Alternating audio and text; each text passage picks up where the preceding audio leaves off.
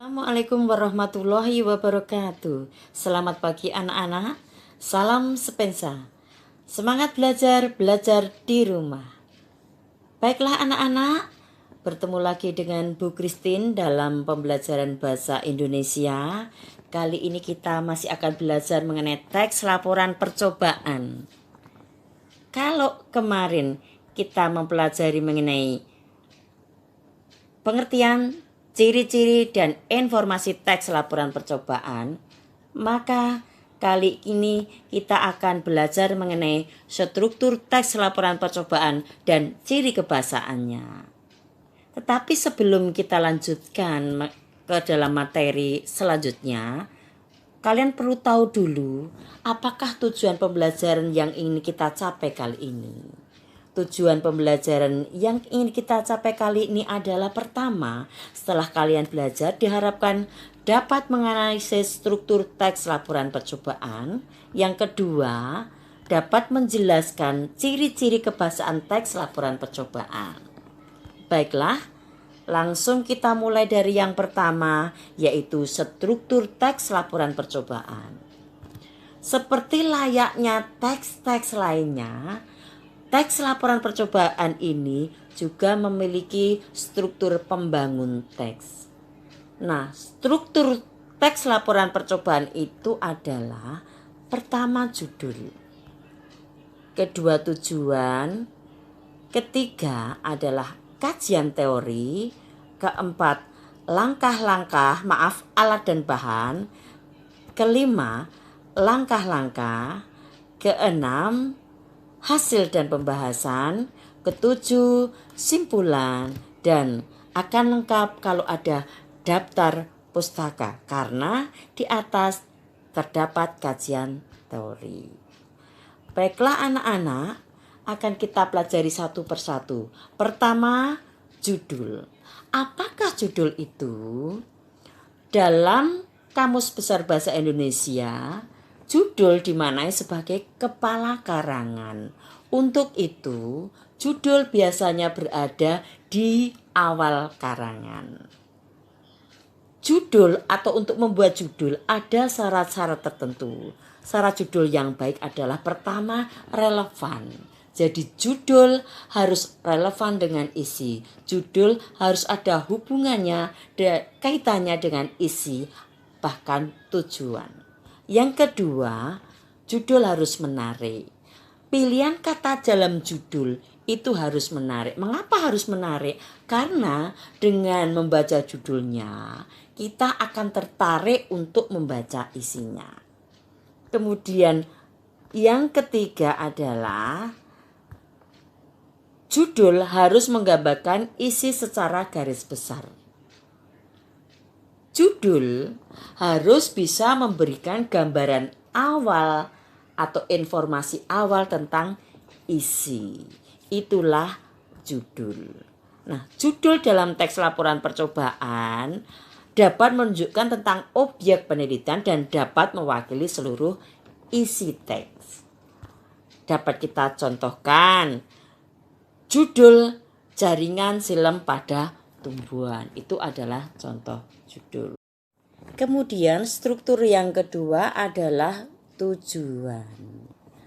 Untuk melakukan percobaan harus punya tujuan. Tujuannya untuk apakah percobaan tersebut? Nah, tujuan ini berisi tentang sesuatu yang ingin dicapai oleh peneliti dalam melakukan percobaan. Nah, untuk judul yang awal tadi, jaringan silem pada tumbuhan, apakah tujuan yang sesuai untuk judul tersebut? Dapat dicontohkan, misalnya tujuannya adalah untuk mengetahui jaringan silem pada tumbuhan. Itu adalah tujuan.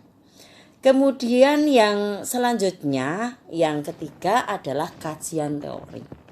Apakah kajian teori itu?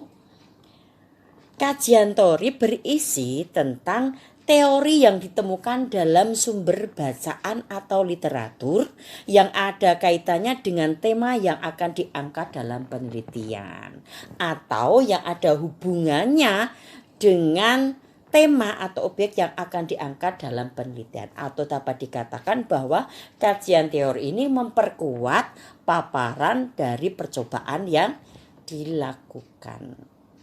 Nah, contoh kajian teori untuk judul jaringan silem. Silem adalah suatu jaringan pengangkut yang kompleks terdiri dari berbagai macam bentuk sel.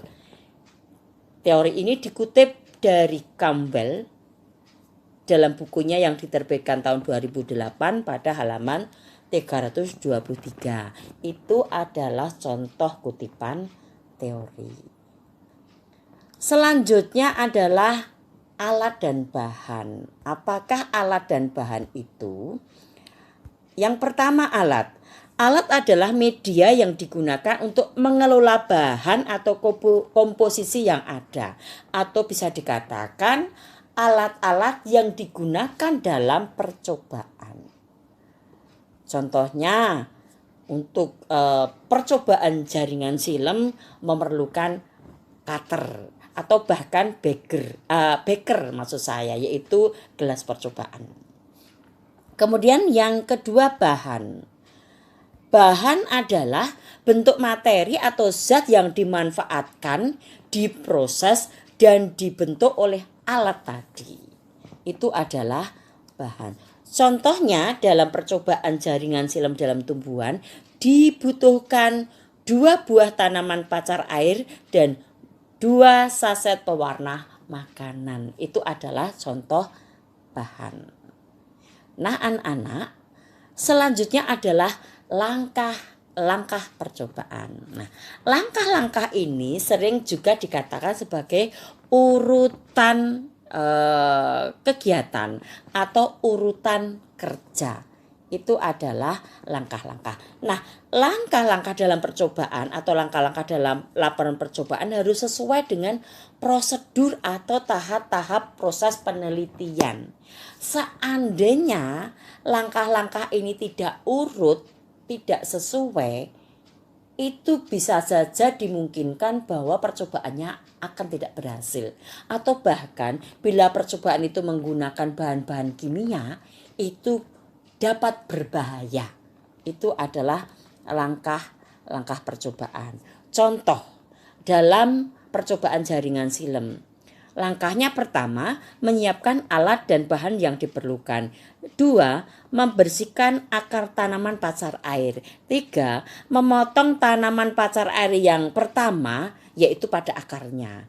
4, membiarkan akar tanaman pacar air yang kedua tetap utuh, dan seterusnya. Itu adalah contoh langkah-langkah kegiatan dalam percobaan. Kemudian kita menginjak pada hasil dan pembahasan. Apakah hasil dan pembahasan?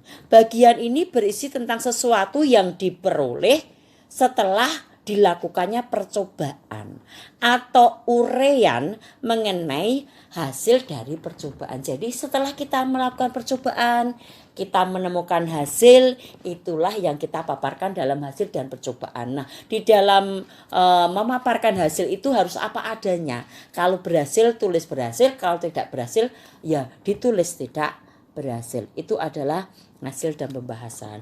Contohnya pada judul jaringan silem pada tumbuhan. Contoh kalimat hasil adalah tanaman pacar air yang masih utuh menunjukkan pada pangkal batang di dalamnya terlihat pembuluh yang berwarna biru dan daun serta pembuluh silem tampak berwarna biru. Itulah hasil percobaan dari judul jaringan silem pada tumbuhan. Nah, anak-anak, kita lanjutkan pada tahap berikutnya, itu simpulan. Apakah simpulan itu? Simpulan dapat dikatakan sebagai pendapat akhir berdasarkan hasil percobaan atau pendapat penulis atau peneliti terhadap percobaan yang dilakukan. Setelah langkah-langkah percobaan dilakukan, kemudian hasilnya sudah dituliskan, kemudian kita simpulkan. Nah, contoh simpulan adalah pada tanaman pacar air baik yang ada ataupun tidak ada akarnya, tidak mempengaruhi karena pada batang juga terdapat pembuluh xilem. Nah, itu adalah contoh kalimat simpulan dari percobaan jaringan xilem pada tumbuhan.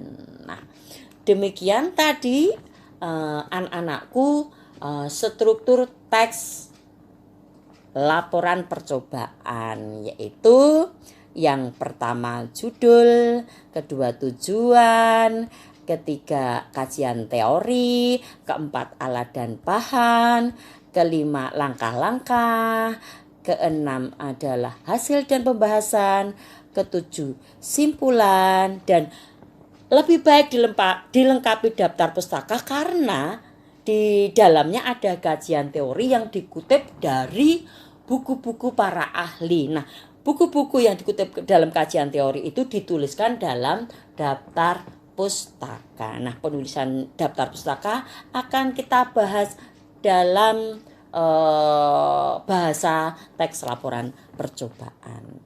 Demikian anak-anak mengenai struktur teks laporan percobaan. Selanjutnya, kalian perhatikan pada kalimat-kalimat berikut ini. Bacalah satu persatu semua kalimat sebagai contoh dari struktur teks laporan percobaan. Kemudian, apakah sesuai antara kalimat dan bagian struktur teks yang ada di sebelahnya. Kemudian kamu beri komentar kalau seandainya tidak sesuai pada bagian komentar di pembelajaran online kali ini. Nah, anak-anak, demikian pembelajaran teks laporan percobaan kali ini. Untuk bagian ciri-ciri teks bahasa akan kita pelajari pada video pembelajaran berikutnya. Tetap semangat belajar di rumah.